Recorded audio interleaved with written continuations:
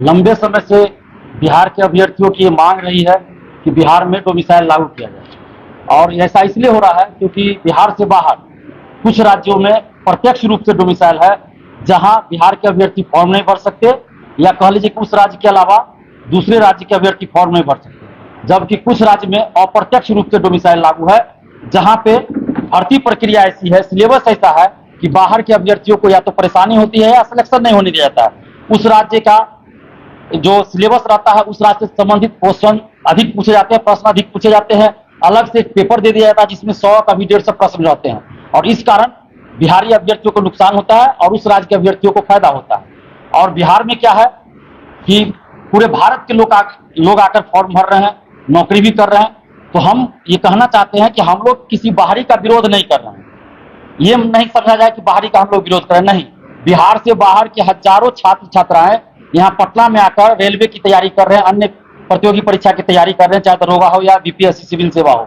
तो हम लोग किन्हीं का विरोध नहीं कर रहे हैं, लेकिन बिहार के अभ्यर्थियों के हक में हम लोग ये मांग कर रहे हैं कि बिहार की सरकारी नौकरी में डोमिसाइल लागू हो। ऐसा इसलिए कर रहे हैं क्योंकि जब एक देश एक कानून की बात की जाती है, एक देश एक चुनाव की बात की जाती है, तो फिर एक देश एक नियुक्ति प्रक्रिया क्यों नहीं होनी चाहिए? हर एक राज्य में अलग अलग प्रक्रिया क्यों है? किसी राज्य में आप बाहर के लोगों को फॉर्म नहीं भरने दे रहे हैं, किसी राज्य का सिलेबस कुछ और है। अगर बिहार में कोई नौकरी करेंगे और बिहार के बारे में पता नहीं है, तो फिर यहाँ नौकरी कैसे करेंगे? इसलिए बिहार से संबंधित प्रश्नों की संख्या ज्यादा पूछी जाए। प्राथमिक शिक्षा में 100% डोमिसाइल लागू हो, क्योंकि आंध्र प्रदेश के, तमिलनाडु के, पश्चिम बंगाल के कोई यहाँ शिक्षक या शिक्षिका बन गए तो क्या बच्चों को बता पाएंगे सही से? भाषा का प्रॉब्लम होगा, बच्चे तो तमिलनाडु की भाषा नहीं समझेंगे, या तमिलनाडु के शिक्षक यहाँ की मैथिली या भोजपुरी मगही नहीं समझेंगे। इसलिए प्राथमिक शिक्षा में 100% डोमिसाइल लागू हो, और अन्य जगह 90% डोमिसाइल सीधे तौर पे लागू हो। 10% सीट ओपन रहे, जिसमें बिहार के लोग भी जा सकते हैं, बिहार से बाहर के लोग भी आ सकते हैं। और बिहार के प्रतियोगी परीक्षाओं का सिलेबस भी इस तरह बना जाए कि बिहार से संबंधित प्रश्न ज्यादा पूछे जाए, और हो सकता है तो एक अलग से पेपर दे दिया जाए जिसमें सिर्फ और सिर्फ बिहार से संबंधित प्रश्न पूछे जाए। और बिहार के अभ्यर्थियों के साथ न्याय हो, पारदर्शिता लाई जाए। दरोगा, सिपाही, बीएसएससी सहित सभी बहाली में पारदर्शिता लाई जाए, क्योंकि अभी रिजल्ट के नाम पे सिर्फ रोल नंबर का पीडीएफ जारी होता है, आंसर की जारी नहीं होता है, कट ऑफ जारी नहीं होता है, क्वेश्चन बुकलेट नहीं दिया जाता परीक्षा के बाद, ओएमआर शीट का कार्बन कॉपी नहीं दिया जाता है। तो वो सब जारी किया जाए, परीक्षा के बाद आंसर की जारी हो, रिजल्ट के साथ कट ऑफ सभी का मार्क्स जारी हो। और डोमिसाइल की जहां तक बात है, तो अब देखिए आरटीआई से बहुत सारा डाटा आया है। आरटीआई से डाटा आया, हम बताना चाहेंगे आपको कि ये डाटा है, ये टीचर बहाली से संबंधित है। इसमें है 423 पुरुष सफल हुए हैं, 423 जनरल कैटेगरी में पुरुष सफल हुए हैं। उसमें से 64 सिर्फ बिहारी है। 423 में सिर्फ 64 बिहारी, और बाहरी है 359। उसी तरह महिला में जनरल कैटेगरी में एक क्लास का हम बता रहे हैं, एक विषय का बता रहे हैं, 952 में बिहार की महिला है 176, बिहार से बाहर की महिला है 776। मतलब ये सुनने में थोड़ा अजीब लग रहा है कि कहीं प्रिंट गलत तो नहीं हो गया ना, बिहार की जगह बाहरी नहीं लिखा गया ना, लेकिन नहीं, ये सच्चाई है कि बिहार से ज्यादा बाहरी का सिलेक्शन हुआ है।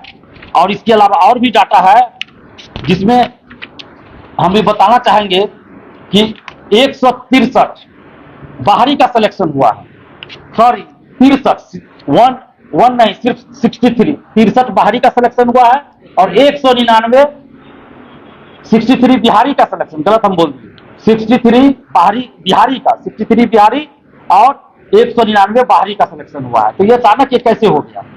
ये तो आश्चर्य लग रहा है। ये एक गिरोह काम कर रहा है बिहार में शिक्षक भर्ती में, और बिहार से बाहर के कुछ राज्यों में, जहां से सेटिंग का खेल चल रहा है कि बिहारी अभ्यर्थियों का हक मारा जाए। और इसीलिए आप देखिएगा कि बिहार में कुछ गिरोह सक्रिय है जो मिसाइल लागू नहीं होने देना चाहते हैं, लेकिन ये बिहार के अभ्यर्थियों के साथ नाइंसाफी है। अब देखिए, उत्तर प्रदेश बेसिक शिक्षा परिषद के प्राथमिक विद्यालयों के लिए प्रशिक्षु शिक्षकों का चयन, ये नोटिफिकेशन है, इसमें स्पष्ट रूप से लिखा हुआ है कि उत्तर प्रदेश का निवासी होना चाहिए। लेकिन बिहार में किसी चीज में ऐसा नहीं रहेगा कि बिहार का निवासी होना चाहिए। कुछ राज्य में ऐसा है या 5 वर्ष से वहां का निवासी है तभी फॉर्म भर सकते हैं, डीएलएड तभी कर सकते हैं जब 5 वर्ष से उस राज्य में रह रहे हैं। लेकिन बिहार में क्या किया गया, टीआरई 1, टीआरई 2, टीआरई 3 में फर्जीवाड़ा किस तरह किया गया है? परीक्षा से पहले कहीं जमीन ले लिया, वो भी फर्जी तरीके से, या तो कोई सगे संबंधी है तो उनसे लिखवा लिया गया, या दोस्त से लिखवा लिया गया, जमीन लिखवा लिया गया, आधार कार्ड में चेंज करवा लिया एड्रेस, ये हजारों की संख्या में है और यहाँ का आरक्षण का लाभ भी ले लिया है। ओबीसी में आ गया, कोई एसटी में आ गया। अब आप सोचिए कि कितना बड़ा खेल बिहार में हुआ है। और मैं ऐसे नहीं कह रहा हूं, मैं सबूत के साथ कह रहा हूं। और बीपीएससी में, शिक्षा विभाग में है हिम्मत तो एक बार जांच करा ले, टीआरई 1, टीआरई 2, टीआरई 3।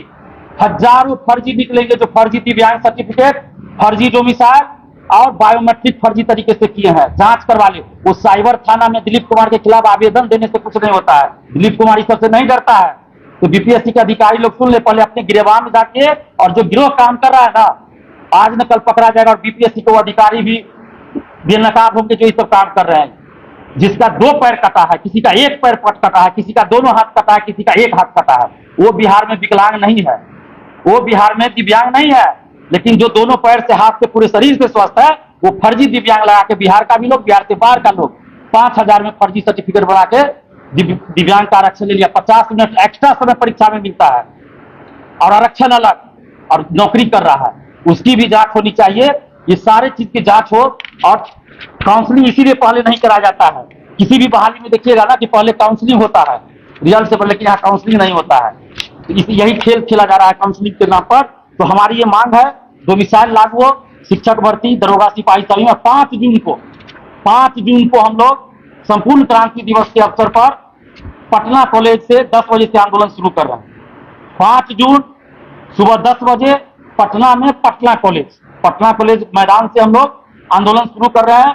ये जेपी की धरती है, कोई ये ना भूले, ये जेपी की धरती है। जेपी आंदोलन दिवस, संपूर्ण क्रांति दिवस के दिन हम लोग आंदोलन कर रहे हैं। अगर एक भी लाठी स्टूडेंट पे चली, एक भी लाठी चल गया, एक भी थप्पड़ चल गया स्टूडेंट पे, तो उस दिन के बाद से बिहार के सभी अभ्यर्थी, बिहार के सभी नौजवान, हम सभी लोग ये कहना शुरू कर देंगे कि बिहार में जितने नेता हैं, चाहे वो सत्ता पक्ष हो या विपक्ष हो, जो लोग भी जेपी के चेले अपने आप को बताते हैं, वो जेपी के असली चेले नहीं है, वो फर्जी चेले हैं।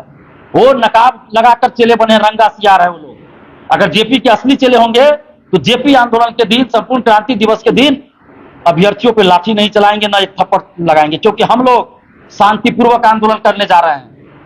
एक कागज का टुकड़ा भी किसी पे हम लोग नहीं चलाते हैं। हाथ जोड़कर सरकार से विनती करते हैं कि हमारी मांग को सुनिए, वार्ता कीजिए। कभी हम लोग हिंसक नहीं होते और ना ही होंगे।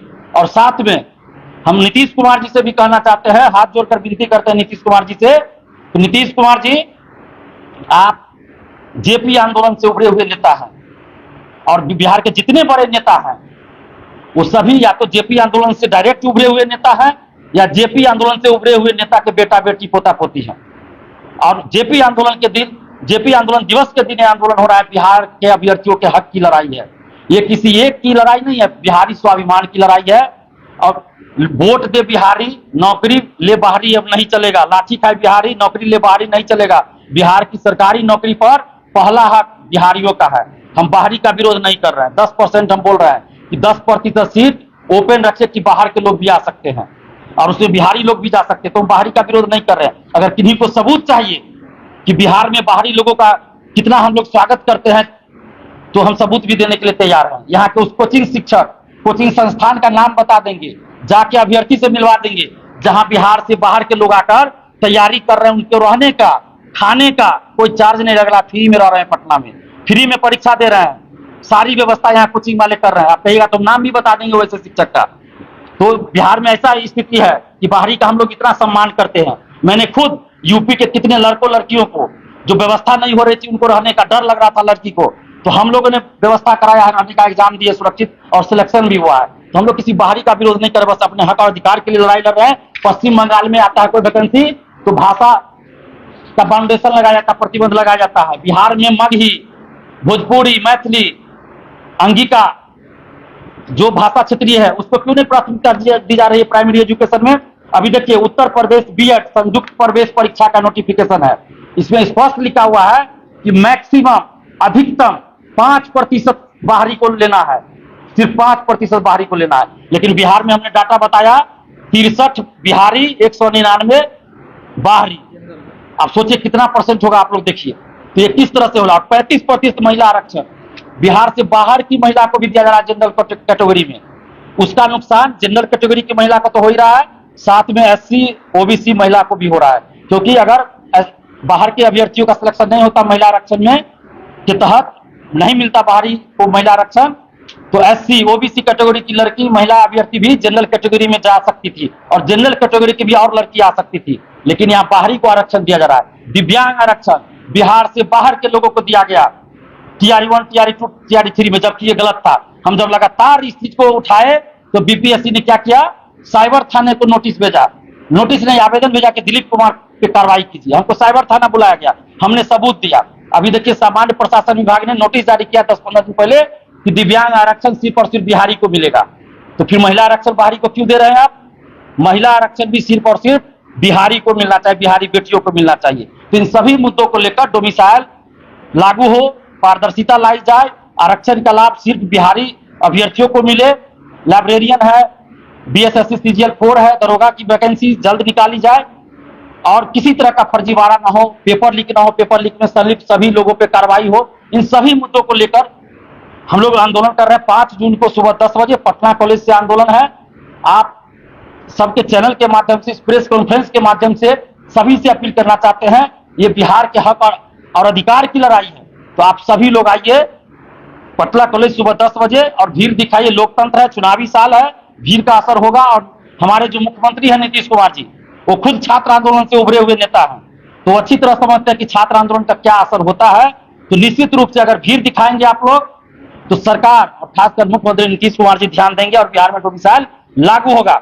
हम लोग 2 तरह से मांग कर, एक प्रत्यक्ष डोमिसाइल लागू हो जिससे प्राइमरी एजुकेशन में 100% और ऊपर के क्लास में और अन्य दरोगा सिपाही BSSC में 90% डोमिसाइल लागू हो, जिसमें सिर्फ और सिर्फ बिहारी स्टूडेंट का सिलेक्शन हो। 10% सीट ओपन हो जिसमें बाहरी भी आ सकते हैं, मेरिट के आधार पर बिहार के लोग भी जा सकते हैं। और अप्रत्यक्ष रूप से भी डोमिसाइल लागू हो जिसमें बिहार की सभी प्रतियोगी परीक्षा में बिहार से संबंधित प्रश्न पूछा जाए, एक अलग से पेपर दिया जाए जिसमें सिर्फ और सिर्फ बिहार से संबंधित या तो 100 या 150 प्रश्न हो। ये हम मांग करते हैं। और साथ में सरकार से हम ये भी मांग करते हैं और ये बताना भी चाहते हैं कि ये आंदोलन पूरी तरह से छात्र आंदोलन है। इस आंदोलन में न तो कोई नेता और न ही किसी तरह के कोई शिक्षक या अदर संगठन की कोई भूमिका नहीं है, न तो प्रत्यक्ष न अप्रत्यक्ष। ये इसमें छात्र और छात्राएं ही शामिल होंगी।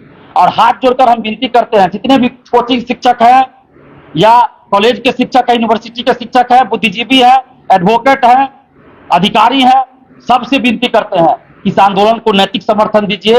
और जितने भी कोचिंग संचालक हैं तो पटना को छोड़कर पटना से बाहर बिहार के सभी जिला के जितने भी कोचिंग शिक्षक हैं उनसे हाथ जोड़कर विनती है कि 5 जून को दिन भर कोचिंग बंद कर दीजिए। 5 जून को दिन भर कोचिंग बंद कर दीजिए। और पटना के जितने कोचिंग शिक्षक है उनसे आग्रह है कि पटना के जितने कोचिंग शिक्षक है सुबह 9 बजे से शाम 4 बजे तक कोचिंग बंद कर दीजिए।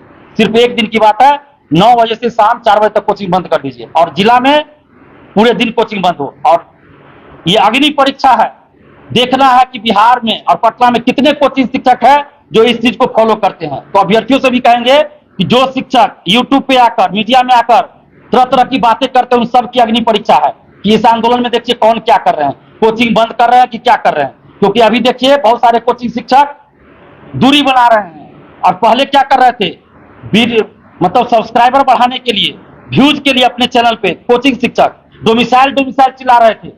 लेकिन अब जब डोमिसाइल पे आंदोलन हो रहा है तो साइलेंट हो गए। कोई पटना छोड़ के भाग गए, तो कोई कोचिंग में नजर नहीं आ रहे हैं, तो कोई वीडियो बना रहे हैं, तो दूसरे मुद्दे पे बना रहे हैं। तो ये सब की अग्नि परीक्षा। और जितने भी अभ्यर्थी हाथ जोड़कर विनती करेंगे कि आप लोग ऐसे लोगों की रंगा सियारों की पहचान कीजिए और वैसे लोगों का बहिष्कार कीजिए। और लास्ट में मीडिया बंधुओं से आग्रह करेंगे, हाथ जोड़कर विनती करेंगे मीडिया बंधुओं से कि बिहार में जितनी वैकेंसी आ रही है हम ईमानदारी के साथ कर रहे हैं। बिहार से बाहर इतनी वैकेंसी कहीं नहीं आ रही है, ये सच्चाई है। लेकिन बिहारियों को हक मिलना चाहिए, पहला अधिकार बिहारियों को आना चाहिए। इसलिए डोमिसाइल के लिए हम लोग आंदोलन कर रहे हैं। लेकिन पारदर्शिता नहीं है, पेपर लीक हो जाता है, कभी धांधली सेटिंग हो जाती है, तो इस पे रोक लगना चाहिए। आप सभी मीडिया बंधुओं से आग्रह करेंगे कि आप लोगों ने स्टूडेंट्स के मुद्दे को बहुत जोर शोर से उठाने का काम किया है, साथ दिया है। और बहुत सारे मुद्दों पे आप लोगों के साथ देने की वजह से सरकार ने संज्ञान लिया, कार्रवाई हुई है। तो इस मुद्दे पे भी आप लोग डिबेट करवाइए, अपने चैनल के माध्यम से अभ्यर्थियों की आवाज को सरकार तक पहुंचाइए। और 5 जून को सुबह 10 बजे आंदोलन है, आप लोग पटना कॉलेज जरूर पहुंचिए। पटना कॉलेज सभी लोग पहुंचिए और अभ्यर्थियों की आवाज को अपने चैनल के माध्यम से सरकार तक पहुंचाइए। बहुत बहुत धन्यवाद। अगर किन्हीं का कोई प्रश्न हो तो जरूर